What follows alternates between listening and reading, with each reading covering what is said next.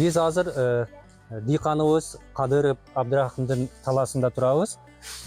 Oşol jönünde Abdurahim bizin atkargan işler jönünde, özüңүздөрдүн айткан işleriniz жөнүндө эмне пайдасы бар, ошо тест борбору менен немеден долбоордон кандай пайда болуп атат, белгилүү өзү пайдасы барбы сиздерге, ушул жөнүндө кыскача айтып берсеңиз.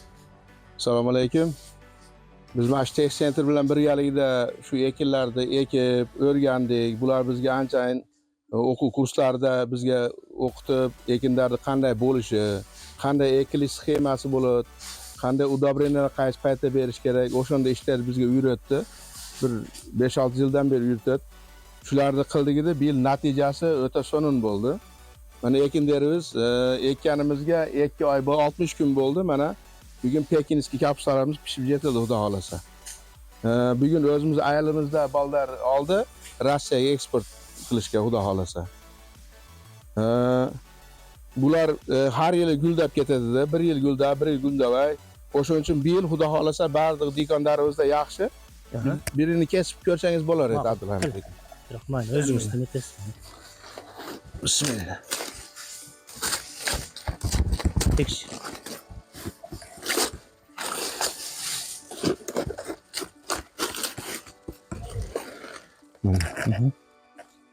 Bunaqasiga aylantirib qo'ysangiz. Mana dikonlar ha.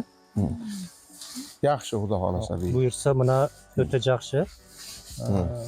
Mana ko'rib turasizlar, mana bu o'rtasidagi o'zi. Hali stoli bu yoqqa cho'zilib kelgan yo'q-da, o'shanda guldagan hissettiradi. Bu yerdalar turadi, bu o'zi bo'ladi har birida.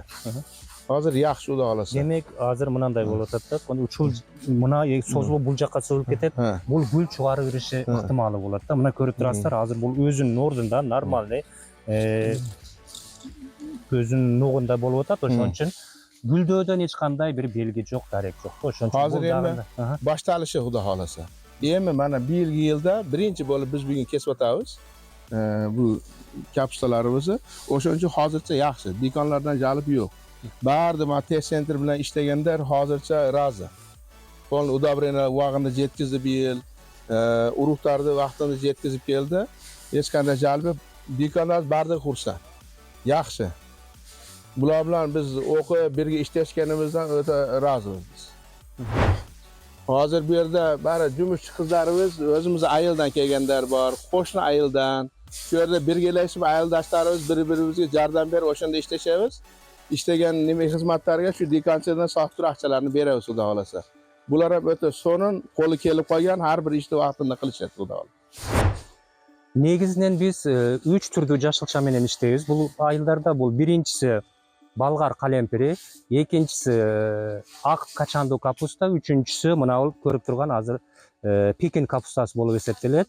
Пекин капустасы мына азыр эми сатууга чыгып баштады. Пекин капустасынын негизинен biz ошол уруктарды дагы biz сунуштайбыз, эрежелерин дагы айтып беребиз. Monaco гибриди, бул гибридтик үрөн эрте бошоочу 6 ордуна отургузгандан кийин 45 күндө бышып жетилет. Мына эми эң негизинен азыркы күндө мына көрүп турасыздар, ар бир штугу где-то 1 килограммдан 1,5 килограммга чейин салмакка ээ болот. Эң негизинен быйылкы жыл эми өтө климаттагы дыйкандар үчүн быйыл жакшы келди.